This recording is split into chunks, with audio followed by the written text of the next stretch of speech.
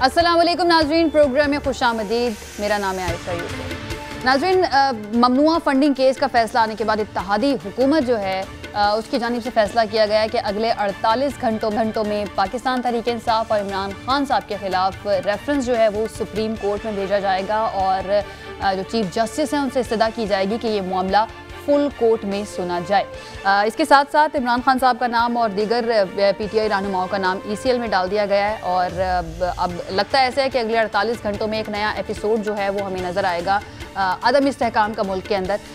उसके लिए ज़रा थोड़ा सा हमें सब्र करना पड़ेगा। लेकिन पीटीआई जो है और इमरान खान साहब जो हैं वो अभी भी कहते हैं कि इलेक्शन कमीशन का ये फैसला अहमकाना फैसला है। कल यानी कि 4 अगस्त को उन्होंने इलेक्शन कमीशन के सामने एहतजाज का ऐलान भी किया है कि सिर्फ पीटीआई का केस का फैसला सुनाया गया है। नून लीग, पीपल्स पार्टी, जेयूआई समेत दीगर जमातें जो है उनके अकाउंट्स क्यों अभी तक खोले नहीं गए हैं। उन्होंने कई इल्ज़ामात भी लगाए हैं कि कौन कौन सी जमातों को किस किस मुल्क से फंडिंग आती रही है। इस मामले के ऊपर हम बात करेंगे। पहला आज का हमारा टॉपिक ये होगा। दूसरा टॉपिक ये कि नैब तरमीमी ऑर्डिनेंस 2022 कौमी असम्बली में कसरत राय से मंजूर कर लिया गया है। इसके चंद पॉइंट्स जो हैं वो आपके सामने रख देती हूँ। पहला ये कि 50 करोड़ रुपए तक की करप्शन अगर की जाएगी तो उसकी तहकीकात नैब नहीं कर सकेगा। नैब के दायरे इख्तियार में ये मामला नहीं आएगा। मुल्ज़िमान के खिलाफ तहकीकात के लिए दूसरी किसी सरकारी एजेंसी से नैब मदद नहीं ले सकेगा। और तीसरा ये कि एहतसाब अदालत के जजेस की तकर्री का इख्तियार जो है वो भी सदर से ले लिया गया है। दूसरा टॉपिक ये होगा। और तीसरा ये जो कि निस्बतन अच्छी खबर है कि डॉलर जो है उसको रिवर्स गियर लग गया है। तकरीबन 10 रुपये तक का इजाफा हुआ है रुपए की कदर में। 228 रुपये पर आज जब मार्केट क्लोज हुई है तो डॉलर 228 रुपये का था। इससे पहले जब डॉलर की कदर में इजाफा होता था स्टॉक मार्केट के अंदर, अगर हमें नुकसान नज़र आता था तो कहा जाता था कि सियासी अदम इस्तेहकाम है, मौशी अदम इस्तेहकाम है, इसलिए ये सब कुछ हो रहा है। क्या इस वक्त सियासी अदम इस्तेहकाम और मौशी अदम इस्तेहकाम निस्बतन कम है? क्या इसलिए इजाफा हुआ है? इसकी वजह जानने की कोशिश करेंगे। और इसके साथ साथ डॉलर की कदर में कमी हुई है और दूसरी तरफ आलमी मार्केट में पेट्रोल की कीमतें जो हैं वो भी कम हुई हैं। तो क्या आवाम हुकूमत जो है वो इस पोजीशन में है कि आवाम को पेट्रोल की कीमतों में कमी की सूरत में कुछ रिलीफ दे सके? तीसरा टॉपिक ये होगा। हमारे मेहमान आज हमारे साथ मौजूद हैं नादिर गबोल साहब, रहनुमा पीपल्स पार्टी, लालचंद मली साहब हमारे साथ आज मौजूद हैं, रहनुमा तहरीक इंसाफ। हमारे साथ आज एनालिस्ट मौजूद होंगे, सहाफ़ी अली मुमताज़ साहब। बहुत शुक्रिया हमारे मेहमानों का हमें ज्वाइन करने के लिए। नादिर गबोल साहब, आगाज़ में आपसे करती हूँ। ये फैसला जो किया गया है कि रेफरेंस दायर किया जाएगा सुप्रीम कोर्ट में, जिन वजूहात की बिना पर आप ये मामला सुप्रीम कोर्ट में लेकर जा रहे हैं, आपको लगता है कि उसके अंदर इतना वज़न मौजूद है, इतनी ये ठोस वजूहात हैं कि इमरान खान साहब की नाअहली हो जाए या फिर पीटीआई जो है वो डिसॉल्व हो जाए?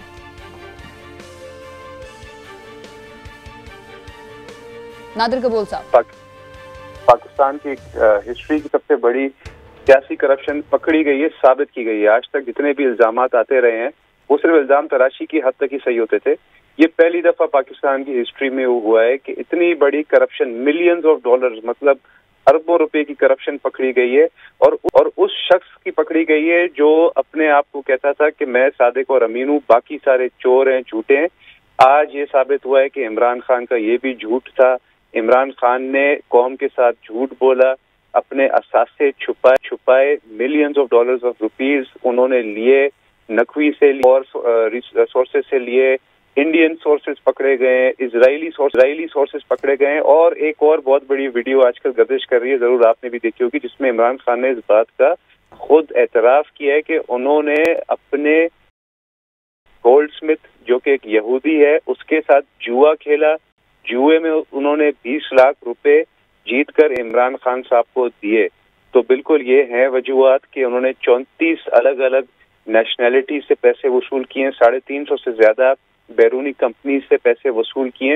इससे बड़ा क्या वजह हो सकता है कि जहां एक नवाज शरीफ साहब को इस बिना पे नाअहल पूरी जिंदगी के लिए करार दिया था कि उनकी रिसीवेबल्स उन्होंने रिसीव नहीं किए थे, पैसे उन्होंने लिए नहीं थे, उनके ऊपर अदायगियां उनको देनी थी और उन्होंने नहीं लिया, इसलिए उनको नाअहल कर दिया एक 3 दफा प्राइम मिनिस्टर को। तो इमरान खान साहब की तो बहुत बड़ी चोरी पकड़ी गई है और इसके ऊपर बिल्कुल हम जाएंगे, सुप्रीम कोर्ट में भी जाएंगे और हम डिमांड करेंगे कि पिछली दफा की तरह नहीं, इस दफा पूरा फुल कोर्ट बेंच बैठेगा ताकि इमरान खान साहब को कोई लाडले का सलूक नहीं किया जाए, उनके साथ कोई उनको सेफ एग्जिट या सेफ नादिर साहब, आपने नवाज शरीफ साहब का हवाला दिया, उनके केसेस का हवाला दिया, तो आपकी बातों से लग ऐसा रहा है कि आप लोग चाह रहे हैं कि लेवल प्लेइंग फील्ड होनी चाहिए, कि क्योंकि नवाज शरीफ साहब को इकामा पर निकाला गया था या तनख्वाह ना लेने पर निकाला गया था, तो इमरान खान साहब जो हैं उनको एफिडेविट या फिर वो जिस सर्टिफिकेशन की बात कर रहे हैं कि मैंने एफिडेविट नहीं दिया था बल्कि सर्टिफिकेट दिया था, उसके ऊपर उनको नाअहल किया जाए। तो ये क्या लेवल प्लेइंग फील्ड की कोशिश की जा रही है अगले इंतखाबात के लिए? नहीं, ये मैंने मिसाल इसलिए दी क्योंकि नवाज शरीफ साहब के ऊपर इतना एक कोई भोंडा कोई केस था, इतनी कोई छोटी मतलब बिल्कुल समझ से बाहर वाली बात थी, और वो 3 दफा प्राइम मिनिस्टर थे। तो मैंने आपको इसलिए एग्जांपल दिया कि अगर समझता है कि इमरान खान साहब कोई बहुत ज्यादा कोई 30 मार खान है, बहुत बड़ी कोई तोप चीज है या बहुत कोई बड़ी चीज है कि उनको कुछ हो नहीं सकता, तो मैं ये बताना चाहता हूँ कि जहाँ एक जगह जहाँ पे 3 टाइम प्राइम मिनिस्टर को ऐसे भोंडे केस पे नायल कर सकते हैं, तो इमरान खान की तो साबित हो चुकी है corruption. Election commission of Pakistan ने सबूत के साथ दिखाया है कि उन्होंने आर्टिकल 62 और 63 के तहत उन्होंने गलत एफिडेविट जमा कराया, मतलब उन्होंने झूठ बोला है, मतलब आसान लफ्जों में कि वो सादिक और अमीन नहीं रहे। तो इंशाल्लाह हमें पूरी उम्मीद है कि जब इन सवाबित जो फैसला आया है नादिर साहब, उसमें सर्टिफिकेट का जिक्र है, उसमें एफिडेविट का जिक्र नहीं है, और बहुत से माहिर कानून जो हैं वो इस चीज़ को डिफरेंशिएट भी कर रहे हैं कि एफिडेविट जो है वो एक अलग चीज़ होता है और सर्टिफिकेट देना एक अलग चीज़ होता है। बहरहाल इसका फैसला सुप्रीम कोर्ट करेगा कि एफिडेविट और सर्टिफिकेट जो है उसके अंदर फ़र्क, और क्या इस मामले के ऊपर आर्टिकल 62(1)(f) का इत्तलाक होता है या नहीं। आगे बढ़ती हूँ, लालचंद मल्ली साहब, अब ये हुकूमत जो है इसने बड़ा फैसला कर लिया है कि अब रेफरेंस दायर करेंगे पीटीआई के खिलाफ। इमरान खान साहब की नाअहली की बातें भी सामने आ रही हैं। -1 अगर हो जाता है तो आपको लगता है कि पीटीआई चल पाएगी उसी तरह से जिस तरह से इमरान खान साहब उसको लीड कर रहे हैं इस वक्त? आयशा, सबसे पहले शुक्रिया कि आपने मुझे अपने प्रोग्राम में मदद किया। सबसे पहले तो ये जैसे ही कल इलेक्शन कमीशन का जो डिस्प्यूटेड फैसला आया, उसके बाद आपने देखा ये जो हुक्मरान इत्तेहाद है इसने 20 प्रेस कॉन्फ्रेंसेस की हैं, 24 घंटे कोई ना कोई इनका कोई बंदा टीवी पे प्रेस कॉन्फ्रेंस कर रहा होता है। लेकिन मजाल है कोई बात करे कि बलूचिस्तान में जो सैलाब आया है, जिस तरह से लोग बेघर हो गए हजारों, उनकी कोई बात करे, जिस तरह से सक्कर बैराज से आम जो शहरी की लाशें मिल रही हैं उसकी कोई बात करे, महंगाई की कोई बात करे, लोड शेडिंग की कोई बात करे, लेकिन पूरे हुक्मरान इत्तेहाद को इमरान खान का फोबिया है। अब उन्होंने आज पीडीएम की मीटिंग हुई जिसमें उन्होंने जो चीजें तय की, उसमें कहा कि हम इमरान खान को का नाम जो है ईसीएल में डालेंगे। तो खान साहब कहते हैं ईसीएल में से वो डरते हैं नाम जिनका जाए, जिनकी जायदादें बाहर हो, जिनकी मिल्कियतें बाहर हो, जिनके डॉलर बाहर हो, जिसकी करप्शन की दौलत बाहर हो। हमें तो बेशक आप डाल दें, हमें कोई फर्क नहीं पड़ता। अब ये रेफरेंस की जो बात है, रेफरेंस नंबर 1 के इलेक्शन कमीशन का ये इख्तियार नहीं था कि वो फेडरल गवर्नमेंट को डायरेक्ट करे, वो अपना फैसला कर सकते थे, जो उनको करना था, जो उन्होंने किया भी है। नंबर 1 उन्होंने कहा है शोकाज नोटिस दिया है, और जब तक शोकाज नोटिस का हम जवाब नहीं देते तब तक उनको इतनी हेस्ट में, इतनी उजलत में ये चीजें नहीं करना चाहिए थी। उसकी वजह से ये आम लॉ की लैंग्वेज में ये। लालचंद मल्ली साहब, उजलत की आप बार बार बात कर रहे हैं, फवाद चौधरी साहब ने भी उजलत की बात की। सर 8 साल तक ये केस चलता रहा है, और कितना वक्त चाहिए था आप लोगों को इस केस के लिए? 8 साल चलता रहा, लेकिन ये हुक्मरान इत्तेहाद के लीडरान जो हैं वो एक दिन जाते हैं इलेक्शन कमिश्नर पे, तो वो डिक्टेट करते हैं, उनको बताते हैं क्या करना है, और 48 घंटे के अंदर अंदर वो फैसला आ जाता है, और इससे आइज जो है वो रेज होती है। अब जो बात ये कर रहे हैं कि रेफरेंस करेंगे, किस चीज का रेफरेंस करेंगे? कि पाकिस्तान का पहला वो सियासतदान है जो फंड रेजिंग पे पॉलिटिक्स करता है, चोरी के पैसे पे पॉलिटिक्स नहीं करता।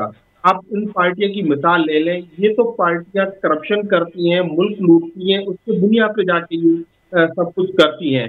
सर्टिफिकेट और एफिडेविट में फर्क सब इनको समझा रहे हैं, लेकिन इनको समझ में नहीं आ रहा।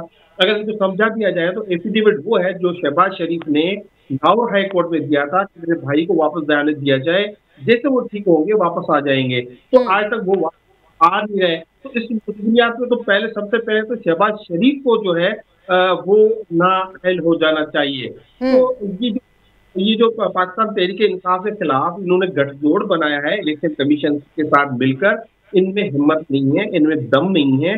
पाकिस्तान तहरीक इंसाफ पाकिस्तान की सबसे बड़ी पॉलिटिकल पार्टी है, उसको ना तो कोई डिसबैंड कर सकता है, ना उसको उसकी लीडरशिप को बैन कर सकता है। फवाद चौधरी साहब ने कहा राइटली से, जैसे कि 60 सीटें हैं वो 135 सीटों वालों को जो नाअहल कराने की कोशिश कर रहे हैं। आवाम का लेकिन सर फैसला इसका फैसला जो सुप्रीम कोर्ट ने करना है ना, अगर सुप्रीम कोर्ट की तरफ से इस तरह का ऑर्डर आ जाता है बैन करने का, डिसॉल्व करने का, या इमरान खान साहब पर नाअहली का कोई फैसला आ जाता है, माजी में मिसालें मौजूद हैं कि एक वजीर आजम को भी नाअहल किया गया था और उसके बाद उन पर तायात नाअहली भी लगाई गई थी, तो सर ऐसी एग्जाम्पल्स तो मौजूद हैं। ये कहते ना कि एक छोटी जमात या कम सीटों वाली जमात बड़ी जमात को बैन करने की बात कर रही है, तो सर ये फैसला छोटी जमात ने तो नहीं करना, ये तो सुप्रीम कोर्ट ने करना है। आयशा, आप इमरान खान और नवाज शरीफ की पैरेलल नहीं कर सकती। इमरान खान वो लीडर है जो डॉलर्स पाकिस्तान ले आया, जो अपनी सारी जायदादें बेचकर पाकिस्तान में पैसा इन्वेस्ट किया। नवाज शरीफ वो सियासतदान है जो भी यहाँ से कमाया, जो भी यहाँ से लूटा, वो बाहर ले गया। उसकी औलाद है, वो कहते हैं कि हम पाकिस्तानी नहीं हैं। शहबाज शरीफ उसका एक बेटा है जो इश्तियारी है, शहबाज शरीफ के बेटे इश्तियारी हैं, तो इनका पैरेलल नहीं किया जा सकता। कानून की नजर में तो एक ही है ना, कानून की नजर में तो एक ही है ना, वो उस वक्त वजीर आजम थे, इस वक्त इमरान खान साहब साबिक वजीर आजम है। कोई कानून ऐसा नहीं है जो किसी भी, हर चीज की एक इंटेंशन होती है। कोई भी कानून, हर कानून में मालाफाइड इंटेंशन देखी जाती है। ना उन्होंने किसी मल्टीनेशनल कंपनी से पैसे लिए हैं, ना किसी फॉरेन कंट्री से पैसे लिए हैं, पाकिस्तानियों ने पैसे दिए। इतने फ्लॉज हैं इनके फैसले में, इतने फ्लॉज हैं कि अब हम उनको हाई कोर्ट में चैलेंज करने जा रहे हैं। और जो आप समझ जाए ना, आप इस बात से समझ जाइए 48 आवर्स से ये सिर्फ प्रेस कॉन्फ्रेंसेस कर रहे हैं, लेकिन अनक्लियर है आज तक, अभी तक इनको करना क्या है। ये बौखलाहट आ रहे हैं। कल हम अगर इलेक्शन कमीशन के सामने एक पीसफुल प्रोटेस्ट भी करना चाह रहे हैं, तो उसके लिए वो डाकू जो है राना सनौला, उसको वो ले आते हैं, प्रेस कॉन्फ्रेंस करते हैं कि अगर वो आएंगे तो हम आंसू गैस मारेंगे, हम लाठियां मारेंगे। तो ये जो है एक डिक्टोरियल किस्म की हुकूमत है। सर पंजाब की हुकूमत लेने के बाद आपके पार्टी रहनुमा कहते हैं कि अब राना सनाउल्लाह पंजाब में दाखिल होकर दिखाए, तो आप बदले में क्या उम्मीद रखेंगे कि आप इस्लामाबाद जाएंगे तो फूलों की पत्तियां निछावर की जाएंगी आपके ऊपर? देखिए, राना साहब बेशक पंजाब जाए, उनको कोई नहीं रोक, का आईनी हक है। पॉलिटिकल स्टेटमेंट्स आते जो राना सलाह ने किया वो किसी से ढका छुपा नहीं है। जो 25 मई को जिस तरह पाकिस्तान की आवाम को उसके पुरअमन एहतजाज से महरूम किया गया, जिस तरह तशद्दुद किया गया, जिस तरह जनरल याद ताज़ा की गई, वो कम से कम पाकिस्तान तहरीक इंसाफ 3.5 साल जो है वो हुकूमत में रही। आप केपी के देखें, वहां पे हमारी हुकूमत थी, पंजाब में हुकूमत थी, लेकिन वहां पे कोई इस तरह पॉलिटिकल विक्टिम्स या प्रिजनर्स नहीं। आज आप देखें पाकिस्तान में ये दहशतगर्दी के केसेस दाखिल कर रहे हैं आम शहरियों पे। अगर कोई पानी के लिए प्रोटेस्ट कर रहा है तो ये उस पर दहशतगर्दी के मुकदमात कर रहा है। ठीक हो गया सर, आगे बढ़ते हैं। अली मुमताज साहब, ये जो अब फैसला आया है ममनुआ फंडिंग का पाकिस्तान तहरीक इंसाफ के खिलाफ, आपको क्या लगता है ये घेरा तंग किया जा रहा है पाकिस्तान तहरीक इंसाफ के लिए, या फिर ये जो सवाल मैंने किया था नादिर कबूल साहब से, ये कोशिश की जा रही है लेवल प्लेइंग फील्ड की अगले इलेक्शन के लिए? देखिए, लेवल प्लेइंग फील्ड तो यही है कि जो आपकी भी करंट पोजीशन है तमाम पॉलिटिकल पार्टीज की, उसमें इलेक्शंस कंटेस्ट किए जाएं। और अगर हम लेवल प्लेइंग फील्ड की बात करें तो किसी ने ही रोका है कि नवाज शरीफ साहब वतन वापस ना आए। नवाज शरीफ साहब वतन वापस आए, भले उनको जेल जाना पड़े और अपनी सियासत करें। और मेरे ख्याल में उनकी पार्टी को उनके वापस आने की जरूरत भी है, क्योंकि उनकी मकबूलियत दिन ब दिन गिरती चली जा रही है। और अब ये दिन ब दिन तासुर मजीद पुख्ता होना शुरू हो गया है कि नवाज शरीफ साहब ही पार्टी की जान है। नवाज शरीफ साहब हैं तो पाकिस्तान मुस्लिम नवाज हैं, नहीं तो पाकिस्तान मुस्लिम नवाज बिल्कुल ही फारग ढेर है। अब आप ये देख लीजिए कि ये जो फैसला आया है ये पाकिस्तान तहरीक इंसाफ को सही मानों में दीवार से लगाने की कोशिश की जा रही है। ये दीवार से लगाने की कोशिश क्यों की जा रही है, ये किस बुनियाद पे कहा जा रहा है कि ये दीवार से लगाने की कोशिश की जा रही है? वो इस वजह से कि पाकिस्तान पीपल्स पार्टी भी है, PMLN भी है, JUIF भी है, और इन तमाम पॉलिटिकल पार्टीज के मामलात माजी में हम सुनते चले आए हैं, तो उनको आप कैसे रद्द कर सकते हैं? आपने एक ऐसी पॉलिटिकल पार्टी, और वाहिद पॉलिटिकल पार्टी है कि जब तक मुझे याद पड़ता है कि एक कॉल पर चंद घंटों के अंदर लोग जहां जहां भी आपको कॉल देनी होती है या आपने दी होती है वहां पर लोग इतने जमा हो जाते हैं।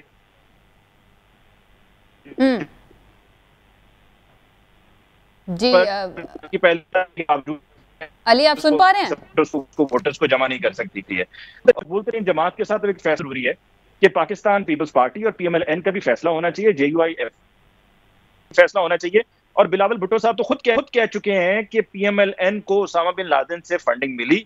2006 मार्च में खालिद ख्वाजा साहब का एक इंटरव्यू ऑन रिकॉर्ड है, जो कि साबिक ISI के एहलकार हैं, और उनका ये कहना था कि उसामा बिन लादेन से नवाज शरीफ साहब की मुलाकात हुई और उस वक्त वो ये चाहते थे कि पाकिस्तान पीपल्स पार्टी एक लिबरल जमात है, उनकी जगह पे PMLN की गवर्नमेंट आनी चाहिए ताकि उनको सपोर्ट मिल सके। और ये बात कल रात को काशिफ अब्बासी साहब के प्रोग्राम में लतीफ खोसा साहब से इनकार नहीं किया। बिल्कुल, उन्होंने कहा कि मैं उस पर कायम हूँ। उन्होंने कहा मैं इस पर कायम हूँ। तो पाकिस्तान पीपल्स पार्टी तो खुद ये कहती चली आ रही है कि PMLN को फंडिंग कहीं और से होती है, JUIF के बारे में फंडिंग कहां से होती है, लिबिया से होती है, ये भी सबको पता है। तो देखिए, जिसकी भी जो भी बात है, सामने तमाम पॉलिटिकल पार्टीज के अकाउंट्स आने चाहिए ताकि पता चल जाए, लोग खुद ही फैसला कर लें, लोगों पे छोड़ दें। और मुल्क की मईशत अभी जिस जगह पर आकर खड़ी हो गई है, वहां पर आप एक पॉलिटिकल पार्टी पे पाबंदी लगाना या उस पॉलिटिकल पार्टी के सरबराह पे पाबंदी लगा के आप मुल्क में चाहते हैं कि इंतशार होगा तो मजीद मुआशी सूरत हाल हमारी बर्बाद होगी। पहले ही हम बर्बादी के दहाने पे आकर खड़े हो गए हैं। मुल्क को मुस्तहकम को ये चाहिए से काम लेते हुए कंसेंसस डेवलप करें और आगे इलेक्शंस की तरफ जाएं। ये कोई हल नहीं है कि जी विफाकी काबीना ने, ये राना सनाउल्लाह साहब ने बैठ के फैसला किया कि इमरान खान साहब का नाम ECL पे डाल दिया जाए। इमरान खान साहब तो पाकिस्तान से बाहर जाने की ख्वाहिश ही नहीं रखते हैं।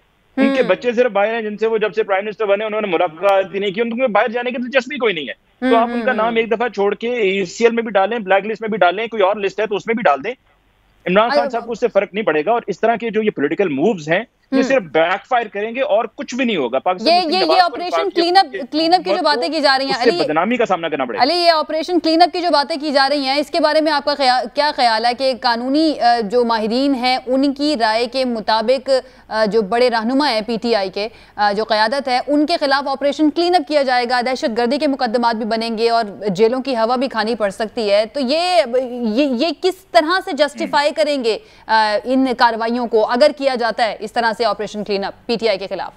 देखिए आयशा, ये एक नेवर एंडिंग जंग है। ये एक ऐसी सड़क पर, एक ऐसी राह पर हम चल पड़ेंगे जिसका कोई हाद नहीं है, जिसका कोई इख्तिताम नहीं है। आप पाकिस्तान तहरीक इंसाफ के साथ ये करना शुरू कर देंगे, उनके रहनुमाओं के साथ करना शुरू कर देंगे। PTI की पंजाब में गवर्नमेंट है, KPK में गवर्नमेंट है, गिलगित बल्तिस्तान में है, AJK में है, वो जहां उनकी हुकूमतें हैं वो वहां पर पकड़ दकड़ शुरू कर देंगे, पकड़ के जेलों में डालना शुरू कर देंगे। पुलिस उनके कंट्रोल में है तो उन पे 780A के तहत मुकदमा बनाना शुरू कर देंगे। तो जैसा कि मैंने कहा है कि मुल्क अभी जिस मुआशी हम दौर से गुजर रहे हैं, जिस मुश्किल से गुजर रहे हैं, हम इसको बिल्कुल भी लेकर नहीं चल सकते, कैरी नहीं कर सकते। मुल्क को मजीद इसका नुकसान होगा। आप अपने पॉलिटिकल स्कोर सेटल करने के चक्कर में या सिर्फ ये जिद के जी नवाज शरीफ साहब को चूंकि नाअहल करार दिया गया था तो इमरान खान साहब को भी नाअहल करार दिया जाना चाहिए। आप सिर्फ अपने स्कोर सेटल करने पर लगे हुए हैं। मुल्क का सोचिए, अपनी सियासत को एक तरफ रखिए, रियासत का आप सोचें। रियासत है तो सब कुछ है, रियासत यानी मुल्क ऐसे इक़दामात और ऐसी कार्रवाइयों का मुतहम्मिल नहीं हो सकता है मौजूदा सूरत हाल के अंदर खास तौर पर। ठीक है, यहीं पर एक ब्रेक ले लेते हैं, वापस आएंगे, गुफ्तगू के सिलसिले को यहीं से आगे बढ़ाएंगे। Stay with us.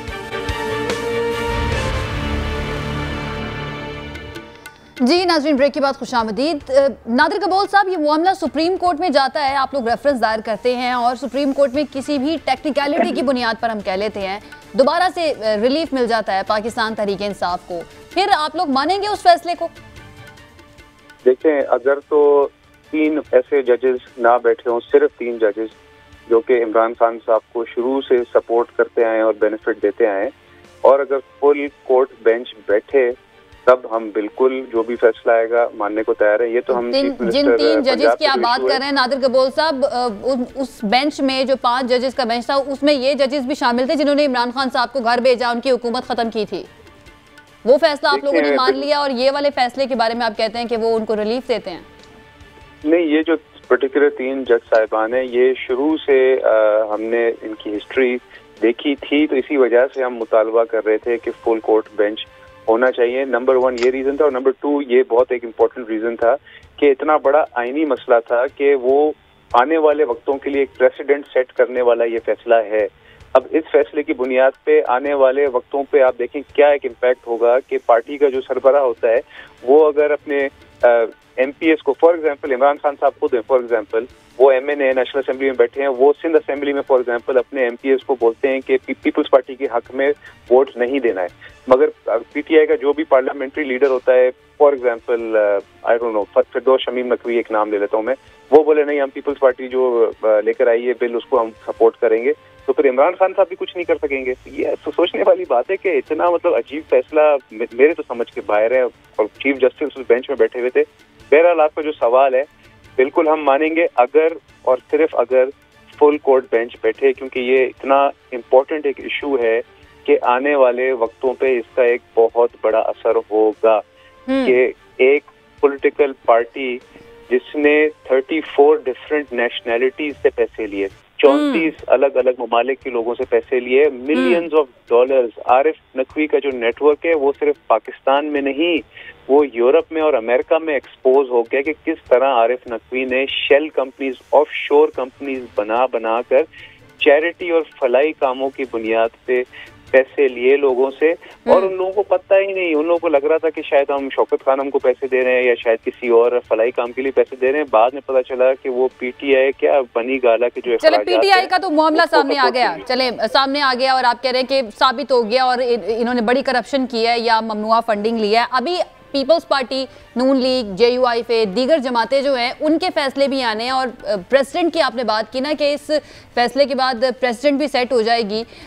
PTI के साथ जो भी होता है, जिस उनको रिलीफ मिलता है या फिर इमरान खान साहब की नाअहली होती है या फिर PTI को डिसॉल्व किया जाता है, तो ये तो फिर आगे आने वाली जो जमातों के फैसले हैं उनके ऊपर भी लागू होगा ना नबील कबूल साहब, नादिर कबूल साहब। हम लोग खड़े हैं इस बुनियाद पे खड़े हुए हैं कि कोई भी पाकिस्तान की सियासी पार्टी अगर किसी फॉरेन कंपनी या फॉरेन नेशनल से, मतलब उसमें इंडिया, आप सोचें हमारा दुश्मन मुल्क है इंडिया, उसके किसी शहरी से एक पाकिस्तान पीपल्स पार्टी सोच भी नहीं सकती है पैसे देने का। नादिर कबूल साहब, ये जो मामला है उसामा बिन लादेन वाला मामला जो है, जिसके बारे में बेनज़ीर भुट्टो साहिबा खुद कह चुकी हैं, बिलावल भुट्टो साहब कह चुके हैं, और अभी अली ने जिस तरह से बात की थी कि कल लतीफ़ कोसा साहब जो हैं उन्होंने काशिफ अब्बासी साहब के प्रोग्राम में कहा है कि वो स्टैंड करते हैं अपनी स्टेटमेंट के ऊपर कि बेनज़ीर साहिबा की हुकूमत गिराने के लिए उसामा बिन लादेन से पैसे लिए गए। इस मामले पर आपका क्या मौक़िफ़ है? देखें, जो मैंने मालूमात की हैं, जाहिर सी बात है उस वक्त ये 80s की बात है, उस वक्त मेरी भी उम्र बहुत कम थी, मगर जितने मैंने लोगों से पूछा है कि बेनज़ीर साहिबा को हो सकता है किसी ने ये इम्प्रेशन दिया हो, पर आई डोंट थिंक सो कि ये मतलब फैक्चुअली प्रूव हो सकती है। अगर हो सकती तो सबसे पहले इमरान खान को सबूत लेके जाना चाहिए और कोर्ट में जाएं। बिल्कुल पीपल्स पार्टी के खिलाफ भी अगर कोई चीज आपके पास है, कोई सबूत है, आप लेकर जाएं कोर्ट में। देखें, अब तो लेवल प्लेइंग फील्ड ऑलरेडी हो गया, हमारे चाहने ना चाहने से कुछ नहीं होता, ऑलरेडी एक लेवल प्लेइंग फील्ड हो गया है कि आप कोर्ट चले जाएं, आपके पास अगर सबूत है तो आजकल अदालतें इतने सख्त फैसले ले रही है। बिल्कुल आपने सही फरमाया, अप्रैल में कितना सख्त फैसला लिया है कि असेंबली डिसॉल्व होने के बाद दोबारा बहाल की, तो अब तो anything is possible in Pakistan. कोई भी कानून के शिकंजे से अब बच सकता ही नहीं है। अगर आपको ऐसी कोई चीज है कि पाकिस्तान पीपल्स पार्टी ने खुदा ना खास्ता फॉरेन फंडिंग ली है या इंडिया से पैसे लिए हैं या इजराइल से पैसे लिए हैं, तो सबसे पहले मैं being part of people's party कहने को तैयार हूँ कि पीपल्स पार्टी को फिर बैन कर देना चाहिए।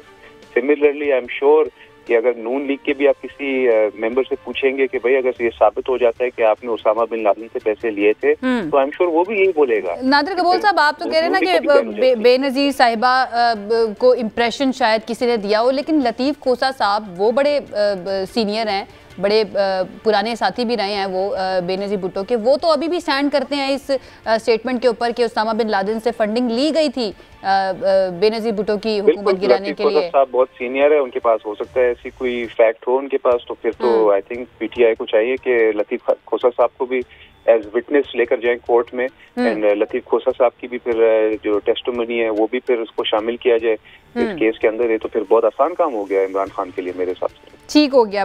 लालचंद मलिक साहब, सर अब ये जो फैसला किया गया है इलेक्शन कमीशन के खिलाफ एहतजाज का, और दूसरी तरफ आप खुद ही फरमा रहे हैं कि राना सनाउल्लाह साहब जो हैं वो कह रहे हैं कि रेड जोन के अंदर किसी को भी इजाज़त नहीं देंगे, या आएंगे तो वैसे ही सलूक किया जाएगा जैसे 25 मई को हमने देखा था।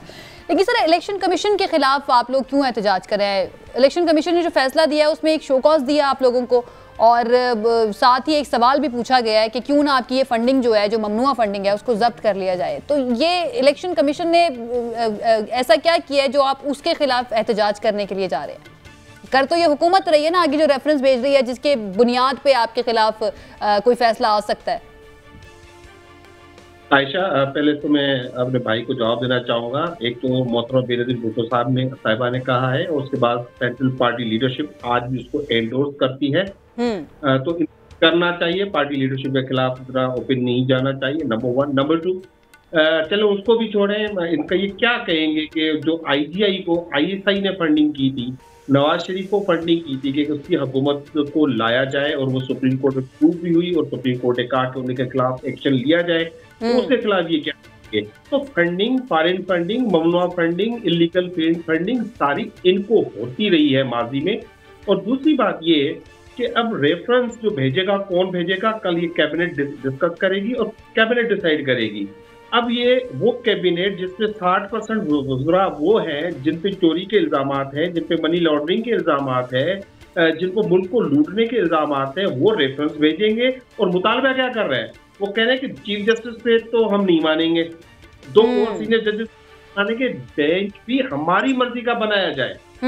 ये अच्छा, उसके बाद ये कि हम मानेंगे नहीं। तो आपने तो कहा था कि वो पंजाब का जो फैसला आया हम नहीं मानेंगे, अब पूरी PTM बैठ गई थी, आपने बड़ी तकारीर की, हम नहीं मानेंगे, हम नहीं मानेंगे। तो क्या हुआ? आज परवेज लाई की हुकूमत है वहां पे, PTI की हुकूमत है वहां पे, आपके ना मानने से कोई फर्क नहीं पड़ता। अब ये इंडियन फंडिंग की बात कर रहे हैं। अब एक पाकिस्तानी ने एक शादी की हुई है किसी इंडियन खातून से, उनका ज्वाइंट अकाउंट है, उसके जो पैसे आए हैं तो उसमें से उन्होंने हाफ कर दिए इलीगल, हाफ कर दिए लीगल। कौन सा काम? उसके बाद इलेक्शन कमीशन देखें, इलेक्शन कमीशन पे हमारा एतराज पुराना है। हम कई जब से उन्होंने EVM की मुखालफत की, आपको याद होगा, EVM की डट के मुखालफत की थी इलेक्शन कमीशन ने। हालांकि उनको इलेक्शन एक्ट 2017 में कहा गया था कि आप पायलट प्रोजेक्ट करेंगे, वो प्रोजेक्ट नहीं किए गए, और ये जो PVM या ये जो हमारे अपोजिशन की जमायतें थी, ये उसी लाइन पे खेलते रहे। और फिर सुप्रीम कोर्ट में उन्होंने कहा क्या कहा, ये तो फैसला आज आया है कि सुप्रीम कोर्ट ने कहा आप इलेक्शन कब कराएंगे, तो उन्होंने अपनी डिमांड दी कि हम 7 महीनों के बाद कराएंगे। ये नहीं जिम्मेवारी है लालचंद मलिक साहब, लेकिन इसका जवाब आपके सियासी मुखालिफिन ये देते हैं कि ये चीफ इलेक्शन कमिश्नर को तो PTI नहीं लगाया था, इमरान खान ने ही लगाया था। कोई शक नहीं है, इमरान खान ने लगाया था। आज इमरान खान ने वाज़ेह तौर पे बताया है कि किसके कहने पे लगाया था। उसके बाद हमने कुछ एतराज भी हुआ, लेकिन चलिए देखें, उस पर हमने बातचीत करते रहे हैं। हमने कहा है कि हमने लगाया, लेकिन रिकमेंडेशन क्यों की थी? क्योंकि एक सिस्टम है, एक निज़ाम है। 18th अमेंडमेंट में जो उन्होंने पहले जो NRO के साथ खेला, फिर उन्होंने NRO किया, फिर उन्होंने चार्टर ऑफ डेमोक्रेसी किया, जिसमें उन्होंने कहा कि हम दोनों आएंगे, किसी और को आने नहीं देंगे। और फिर उन्होंने उसी चार्टर ऑफ डेमोक्रेसी को सामने रखते हुए, अपनी करप्शन और चोरी को सामने रखते हुए सारी लेजिस्लेशन उस तरह से की है कि हर मामला जाता है, चाहे वो नैब का चेयरमैन की अपॉइंटमेंट हो, चाहे इलेक्शन कमिश्नर की अपॉइंटमेंट हो, चाहे कोई भी जो आईनी अपॉइंटमेंट है इदारों में, वो वहाँ पे स्टकअप हो जाती है। नेचुरली दूसरे इदारों को दरमियान में आना पड़ता है ताकि मुल्क आगे बढ़े, और उसी तरह से आई हमारी रिकमेंडेशन नहीं थी। और खान साहब उसकी अपॉइंटमेंट से पहले कभी भी उससे नहीं मिले थे। ठीक हो गया। अब अली, ये जो अब फुल कोर्ट वाला मामला है, आपको क्या लगता है कि ये इस रेफरेंस के मामले में हम वही वाला एपिसोड दोबारा से देखेंगे जो हमने डिप्टी स्पीकर की रूलिंग के मामले पर देखा था कि तमाम इत्तेहादी जमातें जो हैं वो डट गई थी, तनकीद भी हो रही थी, खुले लफ्ज़ों में भी हो रही थी, दबे लफ्ज़ों में भी हो रही थी कि 3 रुकनी बेंच नहीं, हमें फुल कोर्ट चाहिए। अब दोबारा से यही कहा जा रहा है कि फुल कोर्ट का फैसला मानेंगे, अगर ये 3 जजेस होंगे तो हम फैसला नहीं मानेंगे। देखिए, ये तो यही हो गया ना कि मीठा मीठा हप हप, कड़वा कड़वा थू थू। 5 जजेस थे जिन्होंने डिप्टी स्पीकर कासिम सूरी की वो रूलिंग जिसमें उन्होंने कहा था 3 अप्रैल को कि मैं डिसअलाउ करता हूँ, उस पर उन्होंने इमरान खान साहब और उनकी हुकूमत को घर भेजा। 5 जजेस थे, उन 5 में से 3 ये थे। अगर आप उन 2 जजेस को भी शामिल कर लें तो ये जो दोस्त मजारी की रूलिंग थी, इस पर फैसला 3-2 से आ जाता। और इनमें से एक जज ऐसे हैं एजाजुल एहसन साहब, जिन्होंने आगे जाके चीफ जस्टिस बनना है। यानी कि आप कल को जब वो चीफ जस्टिस बनेंगे तो फिर आप एक नया पलटोरा खोल देंगे कि हम इनको बताओ चीफ जस्टिस नहीं मानते, क्योंकि ये तो वही जज हैं जो उस 3 रुकनी बेंच में थे जिसने डिप्टी स्पीकर दोस्त मजारी की रूलिंग को उन्होंने मुस्तरद किया था। तो इस तरह से बात नहीं बन सकती। और फुल कोर्ट तो वैसे ही जज साहिबान ने, चीफ साहब ने ये कह दिया है कि वो सितंबर से पहले नहीं बन सकता है। और जैसे कि मैंने पहले अर्ज किया है कि चीजें बहुत ज्यादा कॉम्प्लेक्स हैं। इलेक्शन कमीशन ने अपना मजाक खुद बनवाया है, they have become a laughing stock. आप देखिए कि वहां पर डस्का में इलेक्शन होता है, 20 पोलिंग स्टेशन का मसला है, वहां पर कहा जाता है कि जी हमें यहाँ पे मामला मशकूक लग रहे हैं, वो कहते हैं जी आप पूरे हल्के में दोबारा इलेक्शन करा दें। अभी 17 जुलाई को पिंडी का एक हल्का था, उन्होंने रिकाउंटिंग के लिए पीटीआई ने कहा, उन्होंने कहा जी रिकाउंटिंग भी नहीं होगी, पूरे हल्के में दोबारा से वोटिंग तो बहुत दूर की बात है।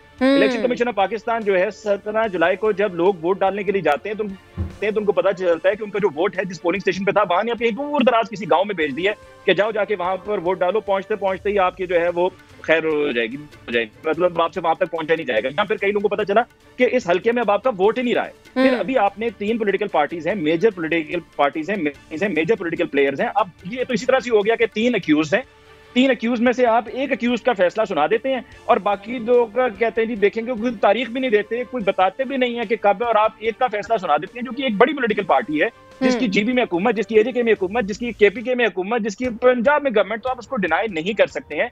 इक्वली वे करना बहुत जरूरी है। अगर इक्वली वे किया जाएगा और फैसला सुनाया जाएगा तो वो लेवल प्लेइंग फील्ड है। और अभी जिस तरह के मल्ली साहब ने कहा कि एक पाकिस्तानी नेशनल है, उनकी वाइफ इंडियन नेशनल है, अकाउंट में $27,000 है, 13,500 कह दिया जाते हैं कि ठीक है, और 13.5 डिवाइड बाय 2 करके ये फॉर्मूला लगा के कहा जाता है कि जी वो बाकी जो 13.5 है ना वो उनकी इंडियन बीवी के हैं, तो ये फॉरेन नेशनल की फंडिंग हो गई। और मजे की बात सुनिए, मुराद अंसारी का नाम आया है, पाकिस्तानी है, ड्यूल नेशनल है, कैनेडियन नेशनैलिटी भी और पाकिस्तानी भी है। मुराद अंसारी का कहा गया जी फॉरेन नेशनल है, इलेक्शन कमीशन ने कहा है कि इन्होंने पाकिस्तान तहरीक इंसाफ को फंडिंग की है। मैं जाती तौर पे मुराद अंसारी को गुज़श्ता कई साल से जानता हूं, उनका यहाँ पर पाकिस्तान में कारोबार है, ट्रैक्टर्स बनाते हैं, मिलेट ट्रैक्टर्स के नाम से, लाहौर में मॉडल टाउन में रहते हैं, आजकल बच्चों को लेकर कनाडा गए हुए हैं, और उनका नाम भी बीच में डाल दिया। अली ये तो सारे नाम जो आप बता रहे हैं ये डेफिनेटली मैं भी और बाकी लोग भी देख ही रहे हैं, सोशल मीडिया के ऊपर लोग अपनी वीडियोस भी सामने ला रहे हैं कि भाई हम डुअल नेशनल हैं, हमारे पास पाकिस्तानी नेशनैलिटी भी मौजूद है। इन सब चीज़ों को बुनियाद बनाकर अगर अपना केस लेकर जाती है अदालत पाकिस्तान तहरीक इंसाफ, आपको क्या लगता है रिलीफ की उम्मीद होगी वहां पर इन सब के बयानात लेकर जाना या इनकी वीडियोस लेकर जाना, या कोई खुद भी आने के लिए तैयार होगा कि भाई हम तो डुअल नेशनल है, हमारे पास पाकिस्तानी नेशनैलिटी भी है, लेकिन हमें इस फैसले में कहा गया है कि हम फॉरेन में रहने वाले लोग हैं?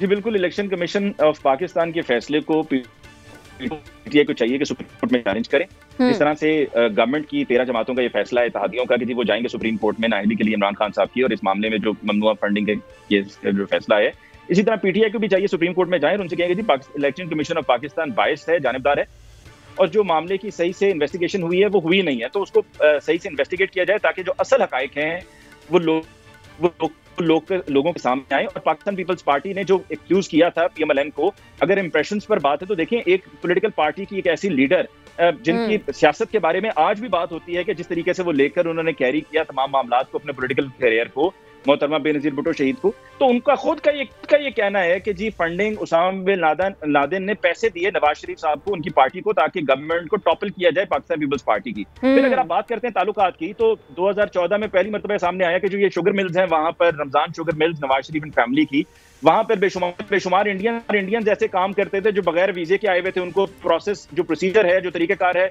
उसकी खिलाफ वर्जी करते हुए उनको यहाँ पर लाया गया। मरी में थे नवाज शरीफ साहब, तो उनसे इंडियन बिजनेस टाइकून जो है वो मिलने के लिए कि उनके साथ बिजनेस ताल्लुकात हैं। नरेंद्र मोदी की हलफबरदारी की तकरीब हुई, तो उस हलफबरदारी की तकरीब में नवाज शरीफ साहब जो है वो हुर्रियत रहनुमाओं से मिलने के बजाय जाकर इस बिजनेस टाइकून से मुलाकात कर रहे हैं। नरेंद्र मोदी अफगानिस्तान जाते हैं, वापस भारत जाते हुए पता चलता है एकदम जाती उम्र पहुंच गए हैं जहां पर नवाज शरीफ साहब की बिल्कुल सही अली, लेकिन ये सारी चीजें क्या साबित भी की जा सकती है? ये तो हमारे सामने मौजूद है कि चले मुलाकातें हुई, वो अदालत में जाके कह सकते हैं कि ये तो सिर्फ मिलने के लिए आए थे या हमारे अच्छे ताल्लुकात है।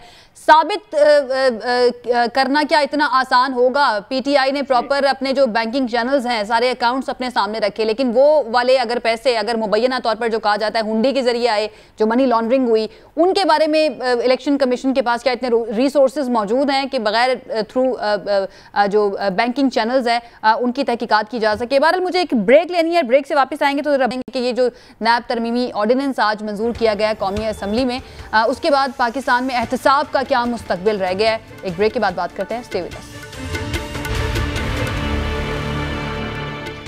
जी नाजरीन, ब्रेक के बाद खुशामदीद। नादिर गबोल साहब, नैब तरमीमी ऑर्डिनेंस जो आज मंजूर किया गया है कौमी असम्बली से, उसके बाद आपको नहीं लगता कि जो नैब का इदारा है इसको ख़त्म ही कर देना चाहिए? क्योंकि अब उसके पास करने के लिए तो कुछ बचा नहीं है, तो जो बजट में पैसे रखे जाते हैं हर साल नैब के लिए, वो आवाम की फलाह के लिए काम आएंगे, किसी बेहतर जगह पे इस्तेमाल किए जा सकेंगे। क्योंकि अब जो तरमीम की गई हैं उसके बाद एहतसाब करना तो काम रह नहीं गया है नैब का।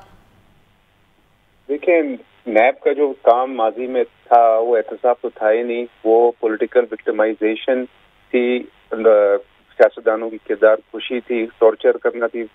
तो वो काम हमने खत्म कर दिया है। और जो कागज पे जो नैब का किसी भी अकाउंटेबिलिटी एहतसाब ब्यूरो का काम होना चाहिए, अब इंशाल्लाह ये वो काम करेगी। पहले क्या होता था कि कोई सबूत हो नहीं हो, सिर्फ इल्जाम की बुनियाद पे आप किसी भी बड़े से बड़े लीडर, चाहे वो आसिफ जरदारी साहब हो, चाहे फरियाद टालपुर साहिबा हो, चाहे कोई नून लीग का लीडर हो, चाहे खुर्शीद शाह हो, जिनको 2 साल विदाउट एनी एविडेंस या विदाउट एनी मतलब प्रोग्रेस, कोई केस में प्रोग्रेस नहीं था, उनको जेल में टॉर्चर किया गया। तो उन चीजों के लिए अब नैब इस्तेमाल नहीं हो सकेगी, वो हम भी नहीं कर सकेंगे ना। इसमें तो पीटीआई को भी खुश होना चाहिए कि अगर हमारी गवर्नमेंट में होते हुए अगर हम चाहते तो नैब को हम मिसयूज कर सकते थे इमरान खान के खिलाफ। सबसे पहले तो इमरान खान साहब, बुशरा बीबी, फराह गोगी, इस तरह की जो कैरेक्टर्स है, सबसे पहले तो फिर ये हम इनको टारगेट करते नैब के थ्रू। मगर जिस तरह पाकिस्तान पीपल्स पार्टी ने एक बहुत बड़े दिल का मुजाहरा किया था जब आसिफ जरदारी साहब प्रेसिडेंट थे और उन्होंने प्रेसिडेंशियल पावर्स खत्म करके पार्लियामेंट को ट्रांसफर किया, तो उसी तरह ये भी एक बहुत अच्छा इकदाम है जिसको सबने सराहना चाहिए। तो नादिर साहब, ये 50 करोड़ रुपए वाला मामला जो है कि 50 करोड़ रुपए तक की करप्शन के केसेस की तहकीकात नैब नहीं कर सकेगा, तो जो जिसने 49 करोड़ रुपए की करप्शन की है उसकी तहकीकात कौन करेगा फिर? नहीं, देखिए, इसका मकसद ये नहीं है। इसका मेजर मकसद यही है कि बड़ी करप्शन जिससे वाकई में मुल्क के खजाने को बड़ा इम्पैक्ट हो, नैब को उस पे फोकस करना चाहिए। नैब की जो रिसोर्सेज है, नैब के पास अनलिमिटेड रिसोर्सेज तो नहीं है ना कि एक से एक मतलब 5 लाख रुपए का भी। मैं जानता हूँ एक शख्स को, अली नवाज शाह साहब है, बहुत ही एक इज्जतदार शरीफ शख्स है, एमएनए इस वक्त इंडिपेंडेंट एमएनए है। उनके ऊपर 5 लाख रुपए का केस बनाकर उनको टॉर्चर किया गया था माजी में। तो उस 5 लाख के पीछे नैब ने मुल्क के खजाने के शायद मेरे हिसाब से 5 करोड़ रुपए तो खर्च कर लिए होंगे, मगर फिर भी कुछ साबित नहीं कर सके। तो मकसद ये है कि बड़ी करप्शन जिससे वाकई में मुल्क के जो खजाने हैं उसको फायदा, या अगर उस पैसे को बचाएं, रिकवर करें, तो मुल्क के खजाने को, आवाम को फायदा हो। लेकिन सर ये जो छोटी मोटी चीजों की जो आप बात कर रहे हैं या कम पैसों की, वैसे तो 50 करोड़ की रकम या 49 करोड़ की रकम भी बहुत बड़ी रकम होती है, हमारे लिए तो बहुत बड़ी है। लेकिन सर अगर एफआईए तहकीकात करेगा, एंटी करप्शन तहकीकात करेगा, ये 2 इदारे ये तो हुकूमत के मातहत हैं, ये किस तरह से अपनी ही हुकूमत के खिलाफ तहकीकात कर सकते हैं? अगर साबित हो जाता है किसी वजीर ने करप्शन किया है, किसी एंटी करप्शन के हुकाम को या अफसरान को पता चलता है, तो वो एक हुकूमत के मातहत रहते हुए उनके खिलाफ कैसे काम करेंगे? इंडिपेंडेंट तो नहीं है ना वो नैब की तरह। नहीं, देखिए, ऐसी बात नहीं है। अगर आज मातहत हो तो कल, जिस तरह पाकिस्तान की तारीख में रहा है कि कभी भी मुसलसल किसी की हुकूमत नहीं आती, आज तक नहीं हुआ है पाकिस्तान में। तो पहली बात तो ये है कि इंशाल्लाह हमने गुमान अपना अच्छा रखना है, हमने यही सोचना है कि करप्शन कोई नहीं करेगा हुकूमत में होते हुए। पर अगर होता भी है तो फ्यूचर में कभी ना कभी तो पकड़ा जाएगा ना। ये तो नहीं कि कागजात गायब हो जाएंगे या सबूत गायब हो जाएंगे। मैंने जो आपको एक चीज समझाने की कोशिश की, उम्मीद है कि आपके थ्रू ऑडियंस को भी समझ में आएगी कि नैब इतनी कोई छोटी छोटी चीजों के ऊपर मुल्क का खजाना उल्टा ज्यादा खर्च करता था। 5 लाख, 10 लाख, 15 लाख के केसेस के लिए 5-5, 10-10 करोड़ रुपए के रिसोर्सेज उड़ जाते थे, मगर सबूत सामने नहीं आता था, कोई कन्विक्शन नहीं होती थी। आसिफ जरदारी साहब के ऊपर कितना खर्चा हुआ होगा, आप सोचें, 11-12 साल जेल के अलग अखराजात, फिर जो लॉयर्स होते हैं उसके अलग, हुकूमत के जो लॉयर होते हैं उसके अलग अखराजात, फिर बाहर पता नहीं लेटर्स लिखे, फॉरेन गवर्नमेंट को लेटर्स लिखे कि भाई आप सबूत दो, मिला कुछ भी नहीं। तो मकसद सारा ये मतलब आप कह रहे हैं कि इससे एहतसाब का निजाम मजबूत होगा, एहतसाब का इदारा भी मजबूत होगा। एफआईए का जो काम है एफआईए करेगी, पुलिस का जो काम है पुलिस करेगी, और कोर्ट का जो काम है। लालचंद मल्ली साहब, सर पीटीआई रहनुमा इस पर तनकीद भी कर रहे हैं, ये जो ऑर्डिनेंस मंजूर हुआ है, इंडिपेंडेंट जो माहिरीन है वो भी कह रहे हैं कि भाई नैब को खत्म ही कर देना चाहिए, एहतसाब जो है वो खत्म ही हो जाएगा मुल्क में इन तरामीम के बाद। लेकिन सर इसमें आप नहीं समझते आप लोगों की भी गलती है कि आपको इस्तीफे नहीं देने चाहिए थे कौमी असम्बली से, क्योंकि इस वक्त जो हुकूमत मौजूद है वो मनमानी तरामीम कर रही है? अच्छा, देखें, सबसे पहले तो मैं नैब पे ये बात करना चाहूँगा कि ये जो इम्प्रेशन है कि पाकिस्तान तहरीक इंसाफ अपोजिशन से कभी बात करने के लिए तैयार नहीं थी, ये गलत है। माजी में पाकिस्तान तहरीक इंसाफ ने अपोजिशन से बात की, और जब बात की लीगल और पॉलिटिकल एंड इलेक्टोरल रिफॉर्म्स पे, तो उन्होंने कहा कि सबसे पहले हम नैब पे रिफॉर्म्स करना चाहते हैं। और जब नैब रिफॉर्म्स में उनसे अमेंडमेंट्स मांगी गई तो ये वही अमेंडमेंट्स है जो इन्होंने दी, और वो एग्जैक्टली एनआरओ 2 था, जिसका मकसद है कि उनका जितना ही प्रेशर था इमरान खान पे वो ये था कि उनको एनआरओ दिया जाए। इमरान खान ने इनकार किया और उसके बाद उनसे बातचीत बंद हो गई। अब जो ये मौजूदा जो हुक्मरान है, इन पे कोई 1100 अरब रुपए की चोरी का इल्जाम है या करप्शन का इल्जाम है, जिसको नैब इन्वेस्टिगेट कर रहा है। जो इन्होंने तरामीम की है, इन तरामीम के बाद वो 1100 अरब रुपए जो पाकिस्तानी अवाम के थे, जो आपके थे, जो मेरे थे, अब वो डूब जाएंगे। इनके स्टैंडर्ड्स जो सिंध में खास तौर पर मैं आपको बता रहा हूँ कि जो अफसरान नैब ने गिरफ्तार किए, उन्होंने एक्सेप्ट किया, प्ली बार्गेन किया, 70% पैसे उन्होंने वापस भी किए, और जब वो वापस गए तो उनको सिंध में अच्छी पोस्ट पे लगा दिया गया। तो ये इनका मयार है। तो यकीनी तौर पे इनके आने का मतलब भी ये इनका कोई तुक नहीं थी इस वक्त हुकूमत में आने की। वो इनका आने का सबब यही था कि इनको पता था कि ये केसेस जो है इनके खिलाफ वो आखिरी मराइल में दाखिल हो गए हैं और कुछ ही दिनों में ये जेल चले जाएंगे। लेकिन सर, आप लोग असेंबली में मौजूद होते तो आप इनको टफ टाइम दे सकते थे, वहां पर रहते हुए, पार्लियामेंट के अंदर रहते हुए, आपको नहीं लगता? देखिए, असेंबली में रहने से ज्यादा बेहतर था कि हम इनको बाहर से ही टफ टाइम दे रहे हैं। आपने देखा हमने टफ टाइम दिया है। आप थोड़ी देर इस वक्त टफ पोजीशन में तो वैसे लालचंद मनी साहब पीटीआई नजर आ रही है, खासतौर पर ये ममनुआ फंडिंग के फैसले के बाद। नहीं, कोई नहीं है ना, ये हवा है जो 2 दिन में खत्म हो जाएगा। आप देखेंगे कि ये जो मैं कह रहा हूँ कि ये जो सेल्फ कंट्राडिक्टरी एक जो फैसला दिया है इलेक्शन कमीशन ने, कोई ये वो इलेक्शन कमीशन है आज तक जो राजा रियाज लोटे का लगाया हुआ है, तो उसकी कोई मोरल वैल्यू नहीं है जिसमें इतना जो है वो खुश हो रहे हैं। ठीक है सर, मेरे पास टाइम कम है, मैं लास्ट कमेंट अली का भी ले लूँ इस मामले में। अली, इन तरमीम के बाद या इस तरमीमी ऑर्डिनेंस के बाद पाकिस्तान में एहतसाब का मुस्तकबिल क्या नजर आ रहा है आपको? नादिर गबोल साहब तो कह रहे हैं कि बड़ा मजबूत कर दिया हमने एहतसाब का निज़ाम। देखिए, सबसे पहले तो जब बात आपने मली साहब से कही पाकिस्तान तहरीक इंसाफ अगर आज कौमी असेंबली में मौजूद होती तो पाकिस्तान तहरीक इंसाफ की सूरत हाल कदर बेहतर होती है। एहतजाज बाहर भी कर सकती थी, असेंबली पे फ्लोर ऑफ द हाउस भी किया जा सकता था, अपना एहतजाज रिकॉर्ड करवाया जा सकता था। इन तरामीम को होने से पहले आप अपनी कंट्रीब्यूशन दे सकते थे, रोकने की कोशिश कर सकते हैं, लेकिन आपने ऐसा नहीं किया। और अगर आज कौमी असेंबली में होते तो शायद गवर्नमेंट भी टॉपल कर सकते थे वो इस तरीके से कि क्योंकि 2 वोटों के सत्य से गवर्नमेंट इसलिए कबूल किए जाए, मुकम्मल सफाया हो जाएगा। जो वहाँ पीटीआई के हैं उनमें से किसी को लीडर का इंस्ट्रक्शन हुआ है। बाकी ये कि अगर कोई इदारा परफॉर्म नहीं, रिजल्ट प्रोड्यूस नहीं कर रहा है तो फिर उसको भी खत्म कर देना चाहिए। अगर आपको अदालतों पे भरोसा नहीं, आपको लगता है कि अदालतें भी बाइस्ड हैं, नई फैसले ठीक करती हैं, तो अदालतों को भी खत्म कर देना चाहिए। पुलिस आपको लगता है कि गलत केसेस बनाती है, गलत पकड़ दकड़ होती है, लोगों के साथ जुल्म होता है, ज्यादती होती है, सियासतदानों के साथ ज्यादती होती है, तो पुलिस के महकमे को भी खत्म कर देना चाहिए और हर उस महकमे को खत्म कर देना चाहिए जो आप समझते हैं कि वो मर्जी के मुताबिक काम नहीं कर रहा। देखें, अगर कोई इदारा सही से परफॉर्म नहीं कर रहा है, जो अपनी आईनी जिम्मेदारी है उसको सही से नहीं निभा रहा है, तो आप उसकी कैपेसिटी बिल्डिंग करके उसको बेहतरी की तरफ लेकर जा सकते हैं, ना कि ये कि उसकी पावर्स को आप इतना महदूद कर दें कि पहले भी कोई काम नहीं हो रहा था। काम से मुराद ये कि कुछ साबित तो हो नहीं रहा था, और अगर कुछ होता था तो कोई मानता नहीं था। तो फिर यहाँ पर भी है कि आप उसको बिल्कुल ही और कमजोर कर देंगे, तो फिर नैब का तो नामो निशान ही खत्म कर देना चाहिए ना, नैब का कभी जिक्र ही नहीं होना चाहिए। उसकी पावर्स को कम करने का इससे बेहतर है उसको बिल्कुल ही उसको वाइप आउट कर दिया जाए वंस एंड फॉर ऑल, वरना उसको इस तरीके से रखना जो है वो होना ना होना बराबर। सही, बहुत शुक्रिया जी। वक्त हमारे पास ख़त्म हो गया है, हमारे मेहमानों ने हमें ज्वाइन किया और हमारे आज के जो मौज़ूआत थे उनके ऊपर तफसीली गुफ्तगू की। वक्त हमारे पास ख़त्म हो गया है। इंशाल्लाह कल एक मरतबा फिर से हाजिर होंगे। अपना ख्याल रखिए, इजाज़त दीजिए, अल्लाह।